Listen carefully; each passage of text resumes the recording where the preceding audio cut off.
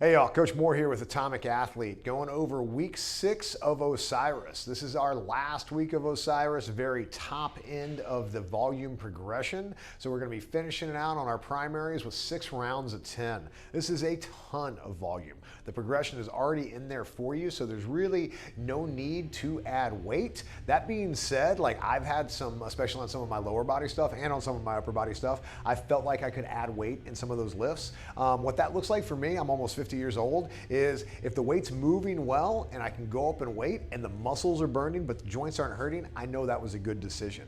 If I go up in weight, my shoulder starts hurting, my elbow starts hurting, my knee starts hurting, it's definitely not worth that bounce up in weight because we already have the volume progression. So we don't need to do both. But just because where we are in this cycle, sometimes you're going to see an adaptation on both sides.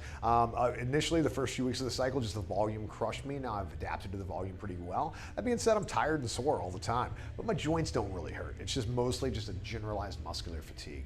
Kind of what I've noticed is you come in, first round of the warm-up feels like shit, second round of the warm-up doesn't feel that bad, and then when I go into the main work, I'm feeling a lot better. So same rules apply. The first round is kind of your gimme round, so just make sure you're at load. So I start my first round a little bit lighter, then bump up to your weight that you've been working on by round 2. Try to stick with that load through the duration. If you feel like you can add a little weight, add a little weight. You'll know by the max reps if that was a good choice or not. If you're struggling on the max reps, it's last week. We're just taking these to total fail.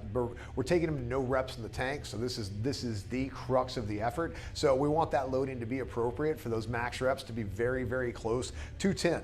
So if you get 11, great. If you get 9, that's fine as well. We're still playing right in that realm. If you get like 6, is too heavy. If you get 14, way too light. So just kind of tone those things in.